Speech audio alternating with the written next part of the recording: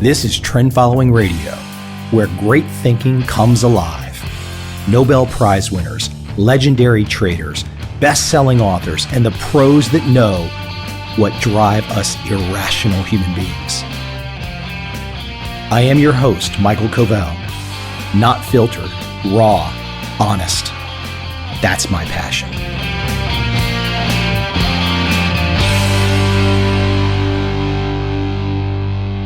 Such a happy song, right? Everyone probably remembers that song.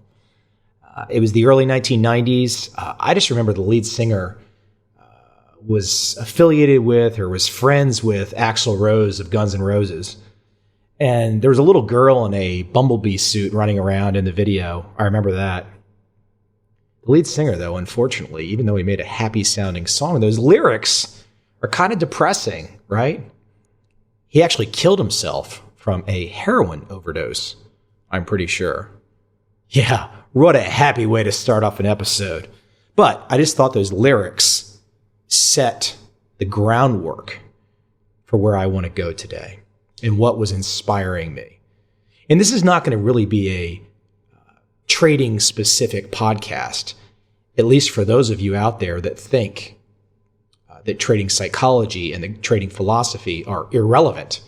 Because I meet you people out there, and you're looking for the secret sauce, and you think that's all that matters.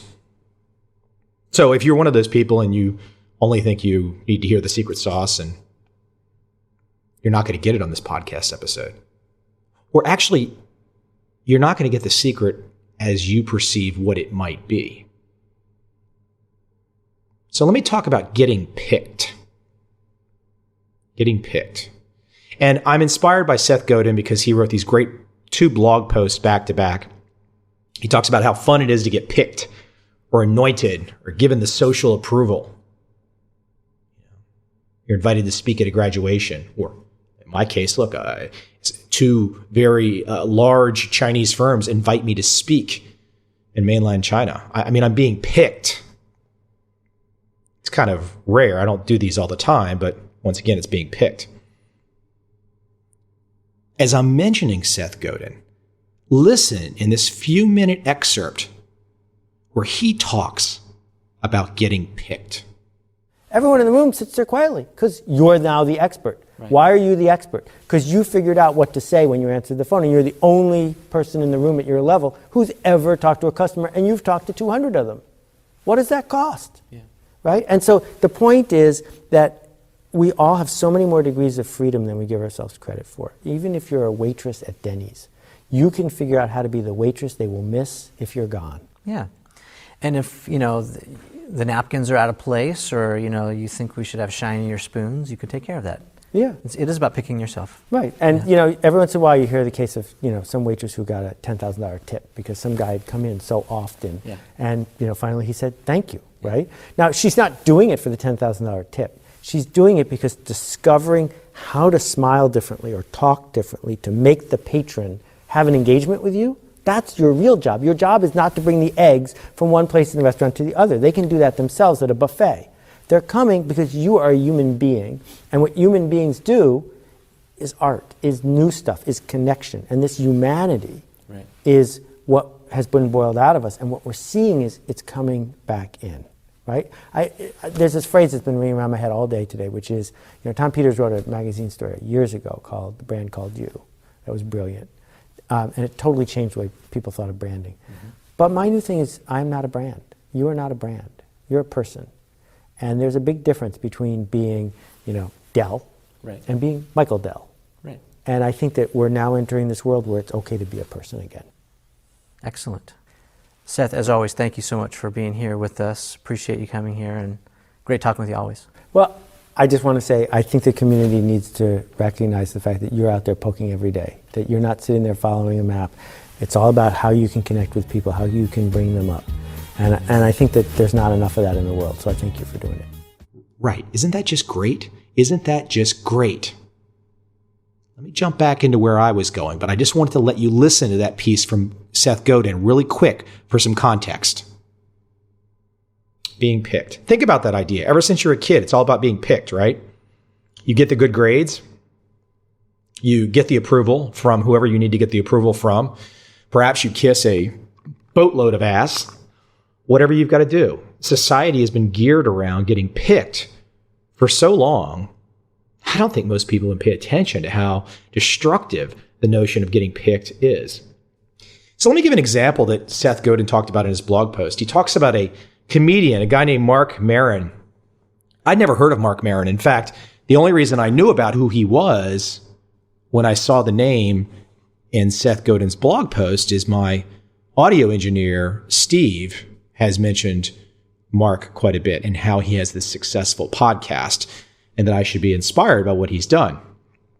Basically, the deal is this. Mark Maron, comedian, once reached the point where he got to audition for Lorne Michaels of Saturday Night Live. Lorne Michaels being one of the most powerful men in show business, the make or break decision maker for basically comedy in the last 30, 40 years. He's it. And so Maron talks about this story, and I implore you to go find it online, read it, his meeting with Lorne Michaels and how it went sideways. And it sounded like Lorne Michaels was definitely out there in terms of this meeting. And Maron basically, it just didn't work. It didn't work. So here he was at the pinnacle of if he gets picked to be on SNL, his life changes. He was not picked. Well, all these years later, he started a podcast. That podcast became viral. People started listening. More and more people started listening. And now, even though Lorne Michaels did not pick Mark Maron sits there with his own destiny in front of him, chosen by him. All because he looked at the world slightly differently. Now, circumstances forced him to do this, but he learned that getting picked was not the end-all, be-all. Isn't that awesome? So look, you're frustrated.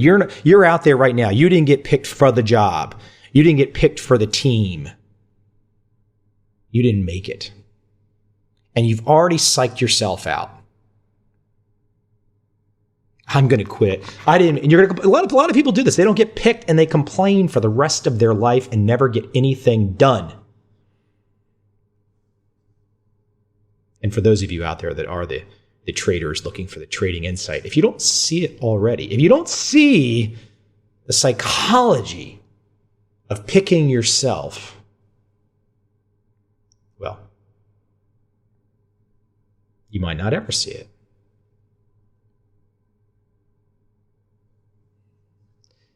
So Godin goes on to talk about that particular blog post where he talked about Mark Maron. And he got complaints. And I hear these kinds of complaints from people too. Oh, I can't do this. I can't do that. And so these people started saying, but I want to do this in my life. This is my passion. This is my goal. I want to do this. And doing this, many people believe, requires being picked. I want to play the flute in this particular orchestra. I want to trade stocks for Goldman Sachs. I don't know why you want to work for the mafia, but hey, that's your choice. If you get paid a lot of money at the end of a life, and you work for the mafia, the Wall Street mafia, then hey, go for it. But look, at the end of it all, great Buddhist thought: live like a mighty river. Live like a mighty river. A mighty river flows. A mighty river does not complain. A mighty river gets it done. You want to be in the orchestra? They didn't pick you. They didn't pick Mark Maron to be on Saturday Night Live. He figured out a way to connect with people. And that is the great, great opportunity that presents itself in 2013 and beyond. You can pick yourself. You can pick yourself an ad hoc orchestra, a neighborhood orchestra, something online, You can connect, and it just might not be the way that you grew up fantasizing. You might have grown up fantasizing with what your teachers told you were the opportunities and what society told you were the opportunities, but the opportunities are drastically different if you have your eyes wide open and your canvas is blank. Look, a couple years ago, and I've mentioned this on podcast, I was invited. I was actually, they paid my way to come up to meet the chief programmer at CNBC's office, a woman named Susan Krakauer, who, if you've ever watched Seinfeld, I'm not going to repeat the story, but basically she was a Seinfeld NBC producer caricature. And I went through the whole process, and she was looking for somebody else to be Jim Cramer Jr. She quickly realized I didn't fit the bill, and it never went anywhere. Now, I went into the meeting with my eyes wide open. I was there more or less to interview her. I was there to get the experience to where I can pass along to you today that behind the scenes, CNBC is an absolute farcical production just made up out of whole cloth. Because look, the only thing we know each day is we know the price. We really don't know the explanation for the price movement. So everything that's done each day on a news and fundamental show, or a news and fundamental channel, shall I say, is utter guessing, is utter nonsense. And I wanted to see behind the scenes, to see it for myself, to see all those people running around like chickens with their heads cut off. In fact, I've not seen that for a long time, but I got to tell you, watching a chicken get its head cut off and run around. And I actually, when I was a kid, we did this, and we had all these chickens in the backyard we had to kill, and to either eat or just get rid of them. I mean, they had to go. And if you've never seen a chicken with its head cut off and all of its feathers pulled off, looking like a chicken that you would buy prepared from a grocery store, but still has feet, running around, no feathers, no head. It's quite interesting. Actually, and shooting blood out of the top of its head. Look, I was trying to talk about CNBC, so I'm not really sure where I'm going with that. My point is, I didn't get picked by CNBC, but they didn't get picked by me either. And that is the attitude. That is how you're going to have entrepreneurial success. That's how you're going to have trading success. That's how you're going to have any success in any aspect of your life. And I want to conclude with what Godin says in his blog post, and then I want to give a story that happened to me today about someone not getting picked. So Godin says at the end, he says, if your plan requires getting picked and you're not getting picked, you need a new plan. I'm betting it will turn out far better in the end. But yes, indeed, I understand that it's harder than being anointed. Your talent deserves the shift in strategy that will let you do your best work. The problem isn't that it's impossible to pick yourself.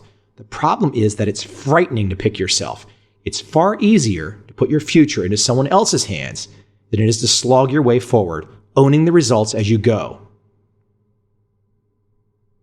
And he concludes and he says, Grateful Dead versus Bay City Rollers. I forget exactly who the Bay City Rollers were, but I do know why he said the Grateful Dead there. Because the Grateful Dead picked themselves. Nobody picked the Grateful Dead. They put some albums out with the late 60s, early 70s, and then they started touring. And their tours were done their way. And a whole Dead show was an experience and a half. But they made a freaking fortune from it. In fact, I believe during the time where they were at their heyday, in the 80s, early 90s maybe, they were making more money touring than anyone. And nobody picked them, except the people that went to the shows to listen. So if you haven't been picked, and you've bet all your marbles on getting picked by the powers that be, anointed by the gods, it's a big world these days. Having just traveled China, there's a lot of people in China. And if they don't pick themselves, there is way too much competition. Pick yourself. Now, let me end with an example that happened to me today. So I was in Thailand, and I had a guide, Joe, showing me around. Joe as a female Joe, not Joe as a male Joe. I should just clarify. So we got to talking over the course of the day, and her English was pretty dang good. And she said early on that she had lived in London and she traveled extensively. And I really didn't know anything about her, but as the day wore on, we talked. And I figured by her traveling extensively and her English being exceptional and understanding some of my silly sarcasm that maybe she came from means. Her family was well off. Because in Thailand, sometimes you meet a lot of people that don't have the money. Not the case. She told me she started out. She had nothing. No money. She was selling mangoes when she was a teenager to save money. But her mom wanted her to have an education. Her mom made sure that all the kids got at least a college degree. They went through college. And she's actually gone on to have some master's work as well, too. So where's this story going? So we keep talking. And she tells me about her experience of getting to London. Once again, I still thought maybe she was coming from means to get to London. No. She found a way to be an au pair. She worked at a Thai restaurant, but she just got there to get the experience, of being overseas. I relate to that. That's what I did all these many years ago to get to London. So she then got a chance to travel more and more and more, whatever she could to go. So now, as she begins putting together her travel agency in Thailand, you can see she's picked herself. I wouldn't bet against her. She's done what she's done so far. She's figured it out so far. She's figured out more, way more, than many friends and associates that I have in America who came from so much more money, so much more family success, and they haven't done squat. And this woman I meet in Thailand is building a travel agency business from scratch. No one helping her. And is already making a success out of it. She's picked herself. There are actually some people out there right now that will dismiss that story, won't be inspired by it, and will immediately say, she just got lucky. She got lucky. No. If you push, and you push, and you push, and you push, you will end up having luck on your side. If you do nothing except complain, you won't have luck on your side. Look, I'm recording a podcast about her right now today because I was inspired to listen to her story. It's inspirational to hear that. It's the reminder. There are so many different people out there, all walking their own direction. But there's just as many people walking somebody else's direction. You have to pick yourself. Whether it's to be an entrepreneur, to be an artist, to be a great trader, you have to pick yourself. You have to have your eyes wide open. You have to be objective. I want to end this podcast with one of my all-time favorite movie clips. It's just awesome. Go watch No Country for Old Men. And the scene where he says, call it. Just watch it. You can listen now. Go watch it. What's the most you ever lost on a coin toss? Sir? The most you ever lost on a coin toss? I don't know. I couldn't say. Call it. Call it? Yes. For what? Just call it. Well, we need to know what we're calling it for here. You need to call it. I can't call it for you. Well, it wouldn't be fair. I didn't put nothing up. Yes, you did. You've been putting it up your whole life. You just didn't know it. You know what date is on this coin? No. 1958. It's been traveling 22 years to get here. And now it's here. And it's either heads or tails. And you have to say, call it. Well, look, I need to know what I stand to win. Everything. How's that? You stand to win everything, call it.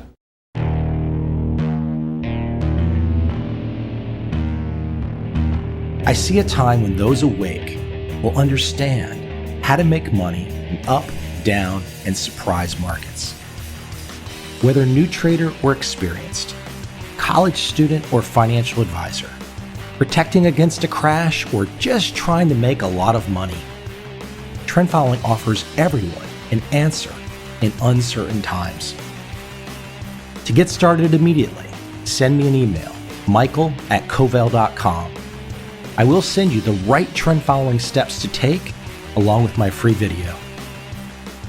But if you want to buy and hold, trust the government and trust Wall Street, this is absolutely not for you.